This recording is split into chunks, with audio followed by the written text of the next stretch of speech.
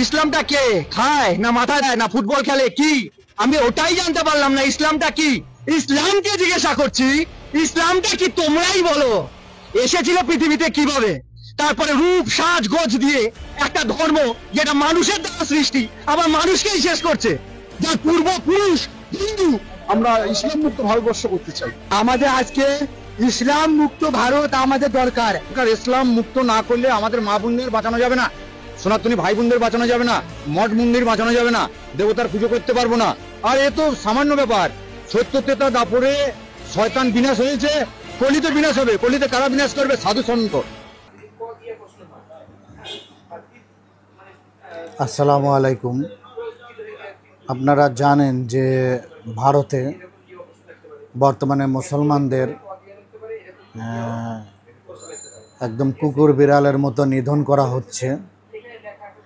একজন মুসলিম হিসেবে আমরা এভাবে বসে থাকতে পারি না। আমাদের উচিত আন্তর্জাতিক অঙ্গনে তাদের এই নির্যাতনের দৃশ্য এবং নির্যাতনের সমস্ত আলামতগুলো সুন্দরভাবে তুলে ধরা। যারা মধ্যপ্রাচ্যের সাথে ব্যবসায়িক সংক্রান্ত চাপে থাকতে পারে, ইন্ডিয়া মধ্যপ্রাচ্যের ওই দেশগুলোকেও বুঝিয়ে বলা যে তোমরা যাদের সাথে ব্যবসা বাণিজ্য করছো তারা মুসলমানদের উপর কী নির্যাতন নিপীড়ন করছে। যদি তোমরা নির্যাতন নিপীড়ন বন্ধ না করো, মুসলমানদের সাথে আচরণের পরিবর্তন না করো, তাহলে তোমাদের সাথে ব্যবসা বাণিজ্য সব বন্ধ করে দেওয়া হবে। প্রয়োজনে সেই তেল অস্ত্র ব্যবহার করতে হবে।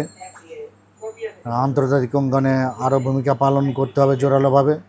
একজন মুসলিম রাষ্ট্র নায়ক হিসেবে যেভাবে কথা বললে ভারত মুসলমানদের উপর নির্যাতন করবে না, সেই রকম ব্যবস্থা গ্রহণ করতে হবে।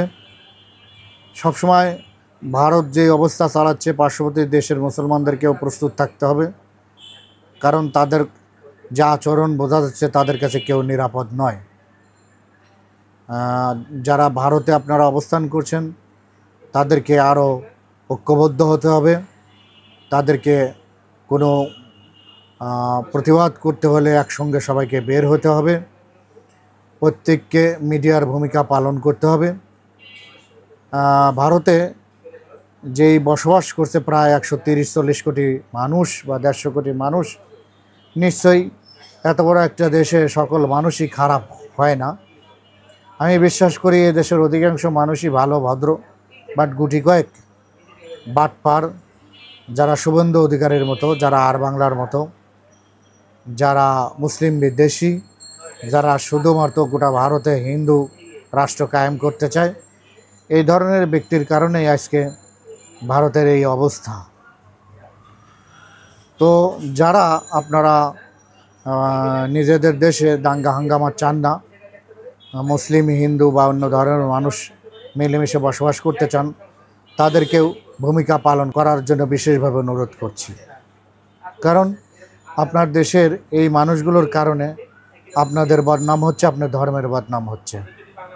যেহেতু আপনারা বলে থাকেন যে যারা প্রকৃত হিন্দু ধর্মের মানুষ তারা কখনো অন্যের সাথে অন্যায় অবিচার করতে পারে না, কিন্তু আমরা দেখছি উল্টো।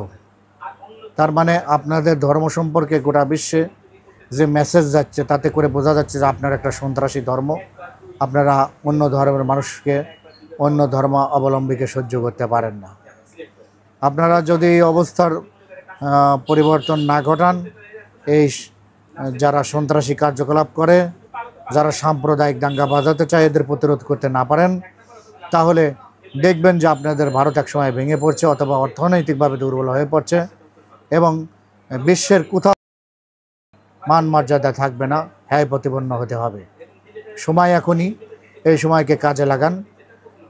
কাজে লাগানোর এই আহ্বান জানিয়ে এখানেই শেষ করছি। ধন্যবাদ।